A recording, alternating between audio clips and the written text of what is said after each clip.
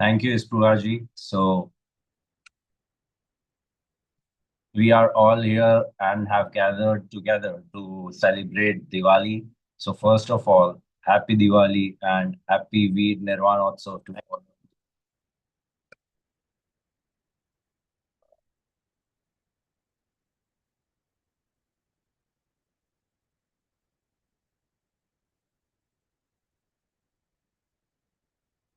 So I hope everyone has joined. So Jai Janel to everyone. I can see the video of Mayuri auntie, but others are still not there on my screen. So can you just put on your camera so I can see you as well? So this morning, this is the morning in India, and we have our great festival of Deepavali today. And we are here to gather some information and some knowledge about how the things are and why do we celebrate Diwali. And with that, my topic is on the Nirjara, and we are just keep lighting lamps here and there, but the inside lamp, the inner lamp, the light of knowledge is what is missing. So today we are here to take a session on what the real knowledge is and what Keval Gyan is. How did Bhagwan Mahavir attain Nirvana? Is the main topic of today's lecture. So let's start. And I have some questions for you as well. Uh, you celebrate Diwali every year. In India, we have like a fixed system of how Diwali celebrations are. I don't know about the USA.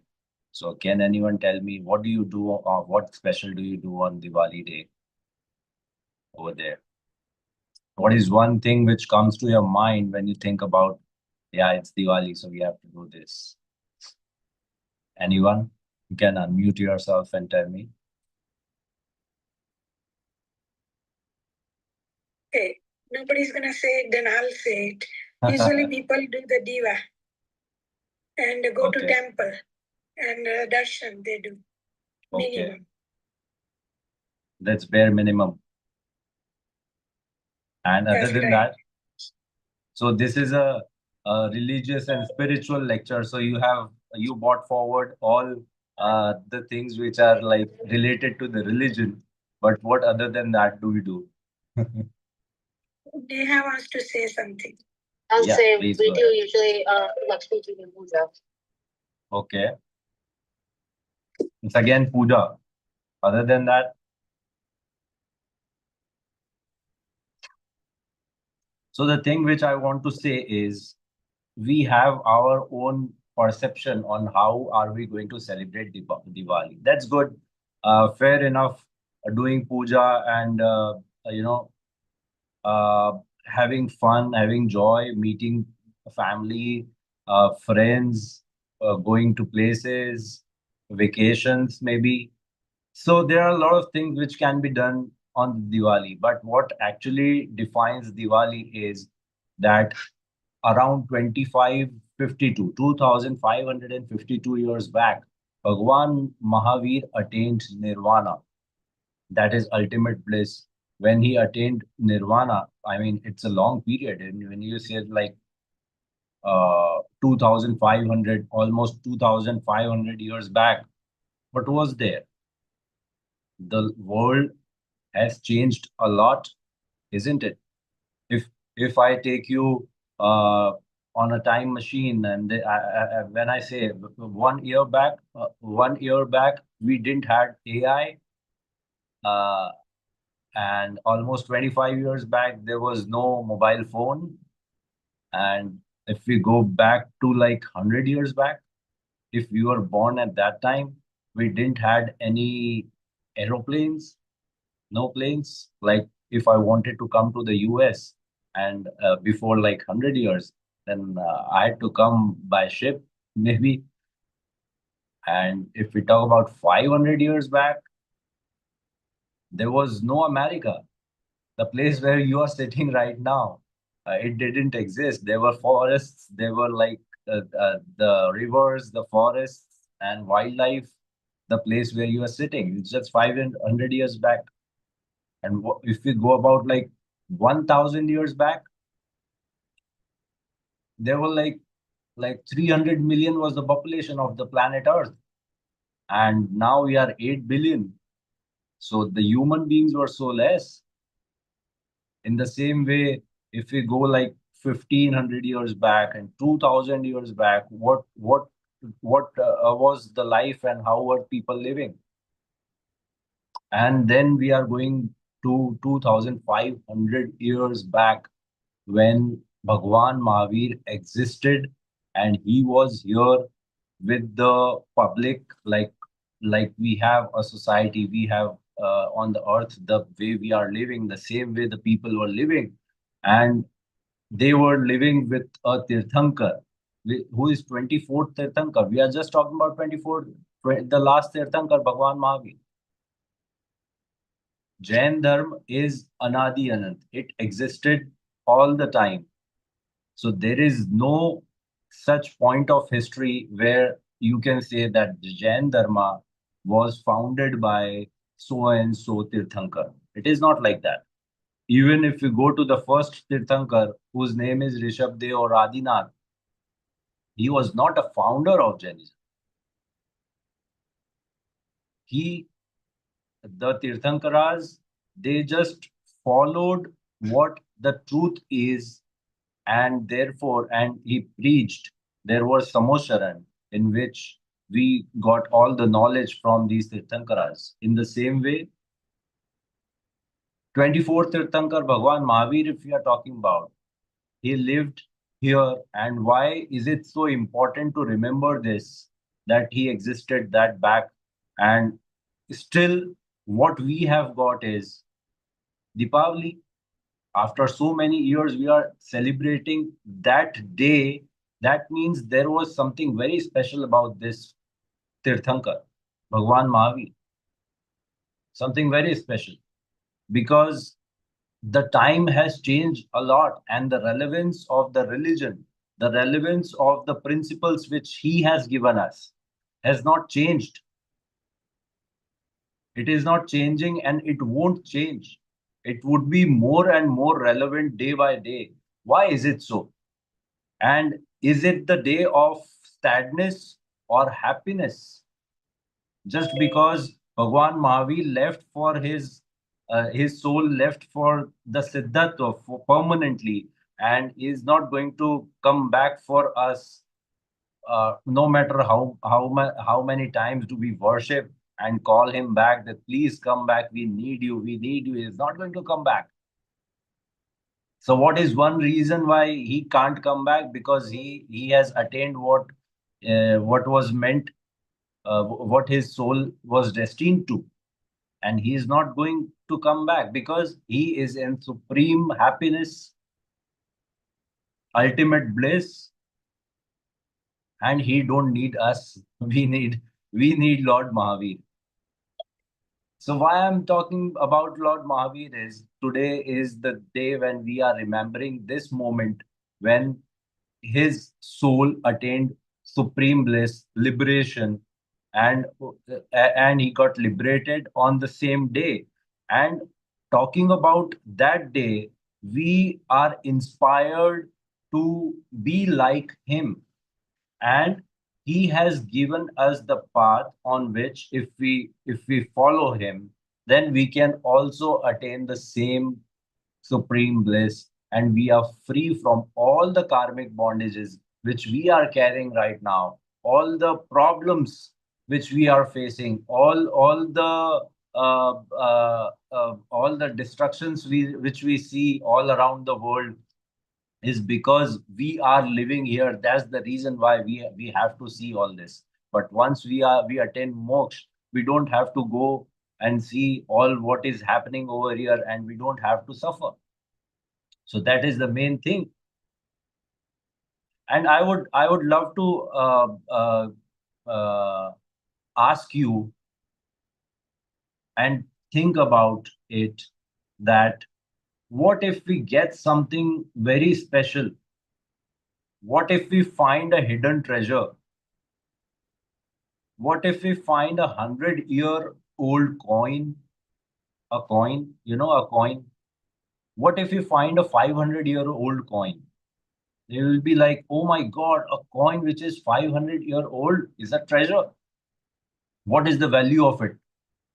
Its value is not what is written on the coin. It is valueless because you can't determine its value in rupees, in money.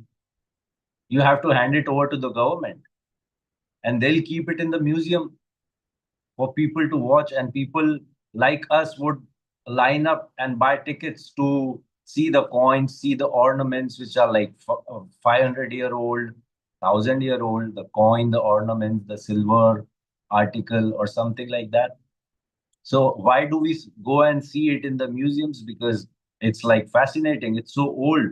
It is for us to imagine that how people used to trade at that time. How does the woman wear these necklaces and the ornaments during that time? It's so fascinating to watch, to see this collection in the museum. Now, when I tell you this, what about the Jhanjhari, the manuscripts which our gurus returned for us, they wrote for us like 1,000, 2,000 years back? Isn't that a treasure, a coin, or an ornament? They don't talk. They don't show us the right path. They don't they don't tell us the real principles.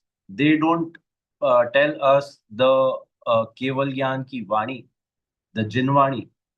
They are not telling us anything which is related to them during that times. But the Jinvani, it talks to us. It is related to the principles which were given directly by Bhagwan Mahavir.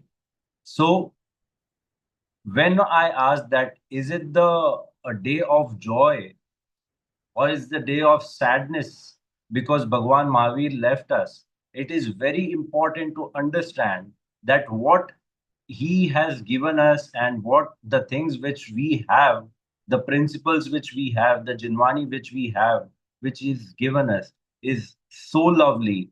And this is the only reason why I am also very excited whenever I read Jinwani, whenever I do Swadhyay, whenever I read. We are reading something which is 2,000 years old. And the learned souls have written us the letters, the Jinwanis, for us, and it has reached to us after so many centuries is something so good to imagine, and it is so fascinating, and the learnings which we get from it is life changing. So that's the reason why we should learn Swadhyay, and we should seek the Dev Shastra Guru's blessings all the time. We should remain close to them, not only on the day of Diwali. So that's the reason why we are celebrating it. We are not thinking like, why did Bhagwan Mahavir left us? But we are thinking about what he has given us is the right thing, and we have it with us. That is the reason why we are celebrating. Now, talking about Nirjara, what is our topic? Can anyone tell me the topic? What are we going to learn today? You can read it out from the pamphlet, please.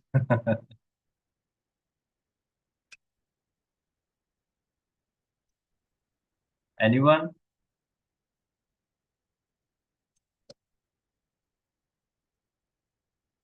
We are going to talk about Nirjara. Okay, so Nirjara. Nirjara is the topic which we are going to talk about. Now, going back to the lecture which was there during the time of Paryushan, we understood the karmic cycle. Do we need to revise it? The ashrav and bandh we have already talked about, and now we are talking about the nirjara. Nirjara is something which has been attained by Lord Mahavir in the ultimate way on this day, because nirjara is shedding of karmas. What is nirjara? What is nirjara? Shedding of karmas, like the karmic bondage which we had, which we have, is now now we are getting whatever our karmic bondages we are living with, and now we the fruit of what we the bondage was. Now we have that. Now whatever we are getting is because of our karma, right? Now the karma has come to the fruit.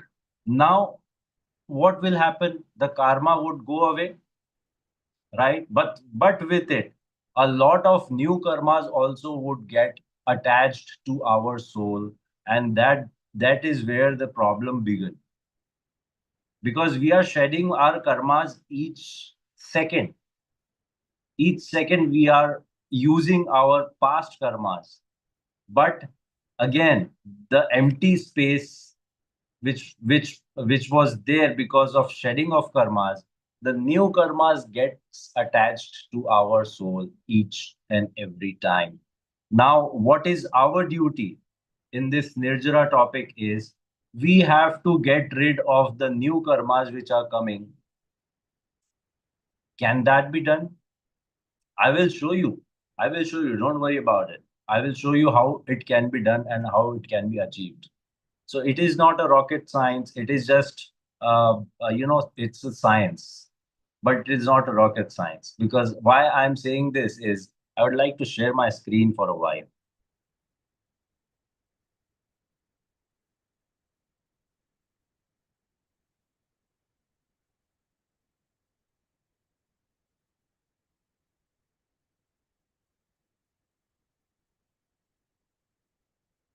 Can you see my screen? No. Okay. No, we can't. Yeah, I think it's starting now. Yes. The journey of shedding karmas and purifying the soul, right? So this is what we are going to learn now. Now, as today is Bhagwan Mahavir's Nirvan Kalyanak, this is how it looked. The Samavsharan, where the teachings of Lord Mahavir is being heard by a lot of people of three different gatis, which is Tiryansh, Manushya, and Dev. Animal, human, and heavenly body. Yes. So, the nirjara in Jainism is purification and shedding of karmas. But as I told you, that it is automatically happening. So, is my soul getting purified each and every time? I think it's not happening, because of the new karmas which are taking place of the old. So, what do I have to do? So, there is one thing. It's not about Jainism or any other religion, that what Jainism preaches and what are the teachings of Jainism. It is the fact which is brought forward by our Tirthankars, just because that is the ultimate truth. So the austerities, if you can see in the picture, if you place a vessel and some water, put some water in it, and if you place it on the fire, what would happen? The water will start boiling, right? So is there any doubt in the thing that when I put water on the fire, it would start boiling? Do you have any doubt while doing it? You do it all the time in your kitchens. So we don't have a doubt, because it is scientific that if we put it on the fire, then the water would start boiling. It is the visible fact, right? In the same way, When we have some thought, when we have some sadness, some grief, something related, some happy, some sadness, or we have like we are peaceful, we are contented, we feel awesome. In the same way, we disagree about something. We have krodh, man, maya, lobh. We have anger issues. We have several things which are going on in our mind, in our soul, in our thinking. All that thinking, each and every thinking attracts the karmas. The boiling of water on the fire is a visible thing. Action to reaction, it is very visible. In the same way, our actions have the reactions of karma on our soul. It is also very scientific. It is the same science, same confidence. When we keep water on the fire, we don't have any doubt whether the water would boil or not. In the same way, when we have a thought, we have something good or something bad which is going on in our mind, we have karmas attracted to our soul. That is definitely going to happen, and there is no doubt about it. We think that nobody has seen us while doing this, but so that we can do it. But the karmas won't spare anyone, and any thought won't be spared, and the karma bondage would be there definitely.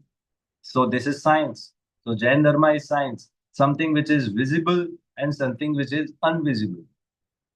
So invisible thing is not invisible because we can't see it. The results are loud and clear that the life which we have got, the things which we have, the comfort which we are having, we must have done something about it. We must have done something to get all these things together. The relations, the good or bad things which we have with us have come to us just for a reason. The reason is what? It's the karmic bondages and fruits of which we are gathering and we are using it right now. So this is the karmic cycle and karmic bondage, and this is the science behind it. And to go ahead with nirjara, these karmic bondages can be treated and it can be stopped somewhere.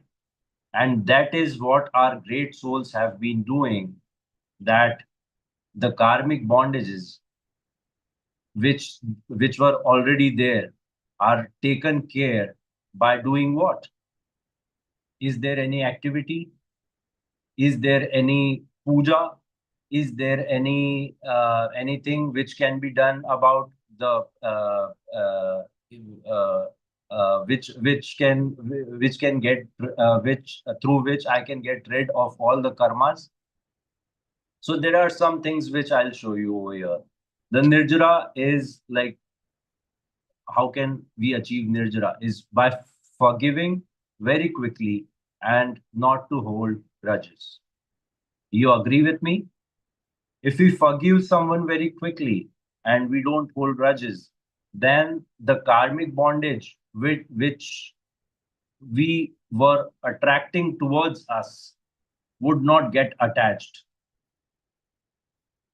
Okay, so it is like cheating with the karmas, because the situation they give us is something like we have to react.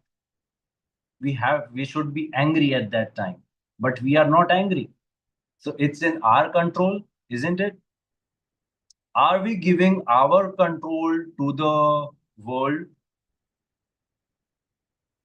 Getting angry is my thing, right? It is the anger which has you can I am talking about anger. You can think about anything which is going on in your mind, which was going on in your mind. It can be any kind of pap, it can be any kind of punya. whatever you talk about, whatever you think, has some karmic bondages which are going to attach with our soul. But if we don't go according to the outer situations, so we are independent. What are we? We are independent to think what we want to. We are not out dependent. So right now, whatever we are thinking, whatever we are doing is depending upon what the situation is. So situations are can be anything, you know. The situations which we are into is very comfortable situation right now, but the situations can be changed anytime. So how would you react on the situations which are outside? It is like if I have anger issues, then I want to forgive very quickly, and that would get me rid of all the karmas which were supposed to come, but they have stopped because my good act. Being honest being honest is something which is taught to a child in kindergarten, but here, but still, when we grow up, we just forget about this quality of being honest. And we sometimes, I'm not saying that you are not honest or something, but dishonesty is something which shouldn't come to our mind at any point of time. So be very clear on your thoughts, and the energy would flow, and your soul would be getting rid of all the karmas. Now, controlling our desires is something very important, because it can be achieved only by detaching our soul from any outer desires. So the law of detachment, which says that whatever uh, stuff which I have got, which I have in with me, is not mine. Do you agree to this point? This is so confusing. Whatever I have is not mine. So either I should say that I don't have it, or I should say that if I have it, then it is mine. Then only I'm saying that I'm having it. Without having it, how can I say that it is not mine? So they are contradicting statements, right? But again, having them with you, having all the luxuries which we are having right now with us, if we are thinking about that this is my luxury, this is my house, this is my family, this is my temple, this is my relative, they are my friends, all these attachments belong to me. That is what we think, and we have this type of thinking, which we don't have to think about it, but it is already programmed with us. It's a subtle programming which has been done with us since the beginning of times, is such that we don't need to think about believing. This is not about thinking. We just believe that these things are mine and they belong to me no matter what. But is that the truth?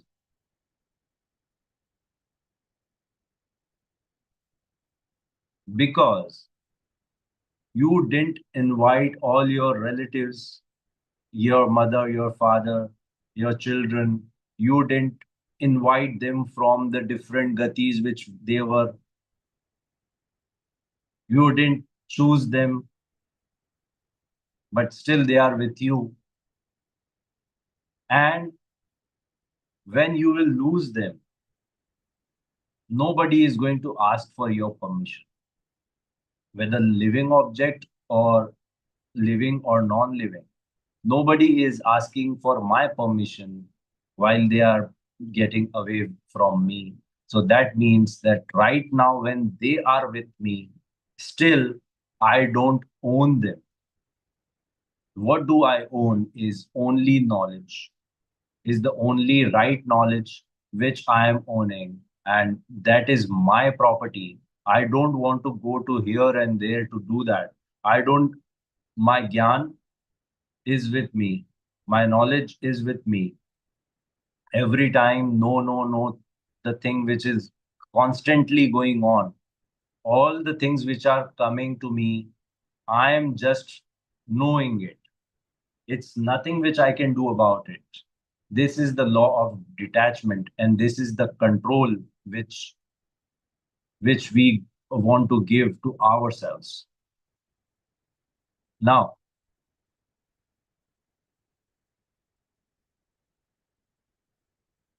avoiding anger.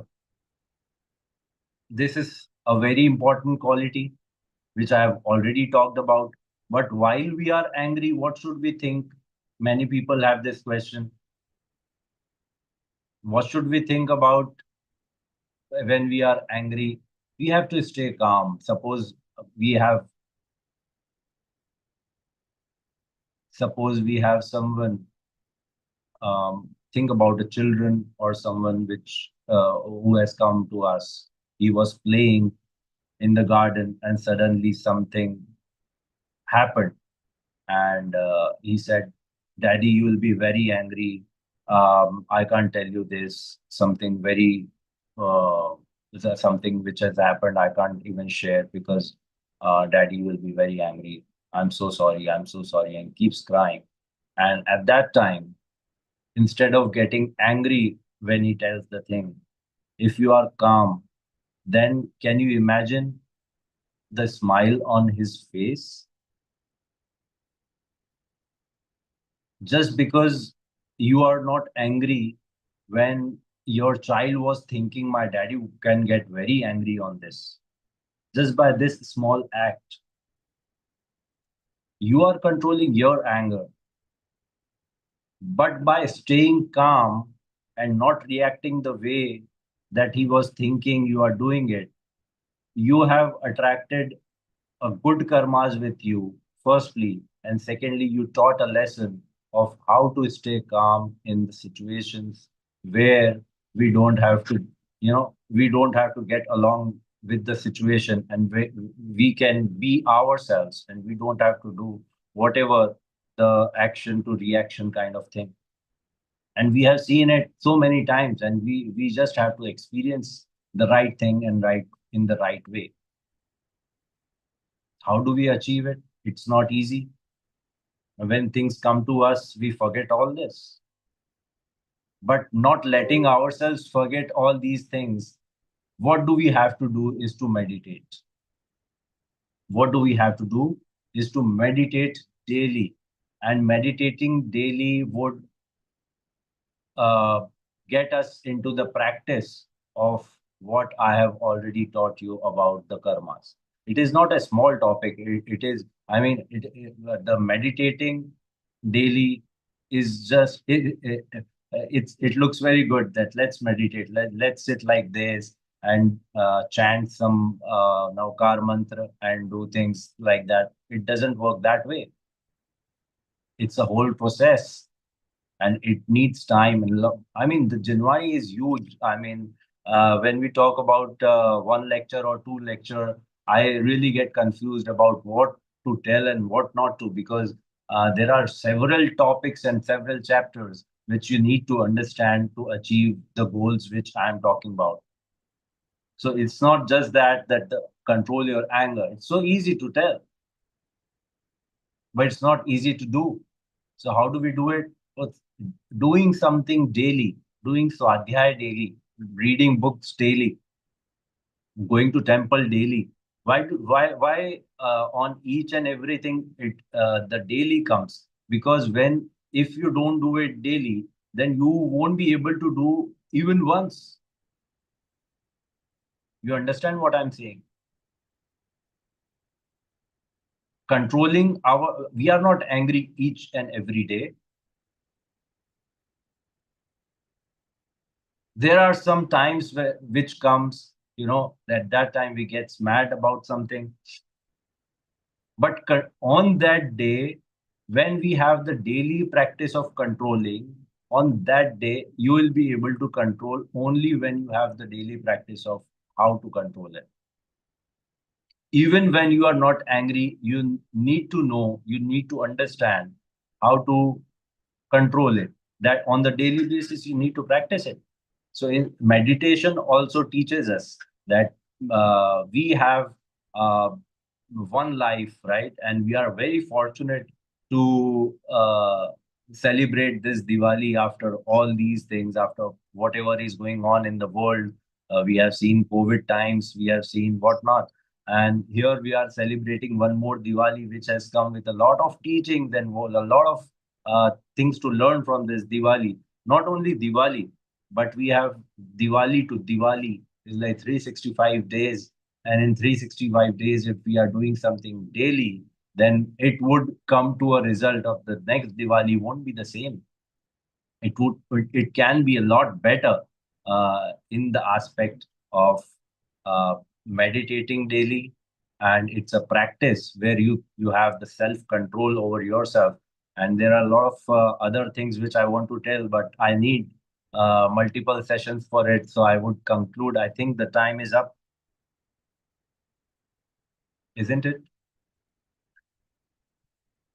You can take 2 minutes to conclude this. Okay. So one more way to have nirjara in our lives, getting rid of the karmas and not getting attached to the new ones. So eat mindfully, be vegetarian. That is something very important, that whatever we eat, the food is just not the nutrition only. It is it has vibrations as well. So the good vibrations, good food, it is not about health or something. Good food, when I'm on this platform, when I'm talking about food, I'm not a nutritionist. I'm just telling you that we should understand that no one should suffer because of my eating habits. It should be suffering free, suffer, because the sufferings which we give to the animals and plants because of our food practices, those vibrations enter our food, and they are not the good vibrations. When I talk about the vibration, it is the karmas. It is the karmas. The world say vibrations and give new names to it. The karma is often given the name of a god, that God punishes you. It is the God who is taking care of you. Replace everything by karmas, and you will get a lot of answers to all of your questions. The answer is one, that who is doing all this? Who is governing everything? Who has sent Bhagwan Mahavir to the moksha? And why am I in this sansar still? The answer is karma. So karma is something very important which we need to understand. And in this topic of karma, the Nirjara has come in second last topic. And the last topic, the Mukti is going to take, and how to attain moksha and how to be Siddh. So the Nirjara becomes very important, and eating mindfully gets us rid of all the karmas which are related, which are related to our eating habits, because we eat all the time, 3 times, 4 times, how many times a day? Sometimes it is not even countable. But even if we are eating 3, 4 times, 5 times, what our eating habits, we are we are binding the karmas continuously because of our greed, because of our eating habits. So we have to be self-disciplined and on this topic. And I would like to conclude right now, and Mukti will take it forward. Thank you, Gyataji. I want to clarify one thing. That when Gyataji was saying God is controlling, another word is God is not, but karma is the one who is controlling. And in other words, in many places we hear that God is controlling everything. But reality is, in a Jainism, karma is controlling right now to us. Once we are educated, then karma won't control us. Okay, I'm gonna give it to Mukti ji. Mukti ji, take over. Thank you. Jai Hind. Om Namah Siddhaya. Um, I'm going to just check one more time if anyone of you are willing to turn on your cameras. Because then it's easier for us to take a class. That would be really helpful. Thank you so much, Neha ji. Yes. Really appreciate it. Yeah. Okay. So, Gyata ji took an amazing session on how we can think about Nirjara. This is great. How do we think about Nirjara? He also spoke a little bit briefly about Diwali. Now let's look at Diwali 1 second and think about it. Mahavir Bhagwan's Nirvan, right? So before the Nirvan, who was he? And today, after Nirvan, who is he? Let's look at a broad timeline. Before Mahavir Bhagwan, who was he? He was Vardhaman. Or before that, he was Lion. Before that, he was Marichi. Who was he when I said all of these things, Vardhaman or a lion or Marichi? He was a Sansari being, like you and me, right? That's our understanding that he was Sansari being. Then something happened, like there was a turning point, something happened that made him Mahavir Bhagwan. Right? Oh, sorry, 1 second. Yeah. Okay. Are we clear on that? If not, your audio videos, give me thumbs up or an audio, okay. Yeah. So in the past, he was Vardhaman. Then was Nirvanotsav, which is today Diwali's. Then we move on to being Siddha Bhagwan. Last time we discussed something along the lines of Mam Swarup hai Siddha Saman. My Swarup or my inherent or core nature is like Siddha Bhagwan. So what I'm trying to say is, for what Jhanjhari or what Shastra trying to say is, that my Swarup or all of us core nature is like who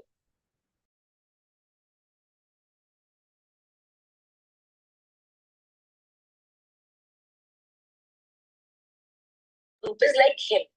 Are we clear on that? Okay. So now keep this on the side for 5 minutes. Let's forget about Mahavir.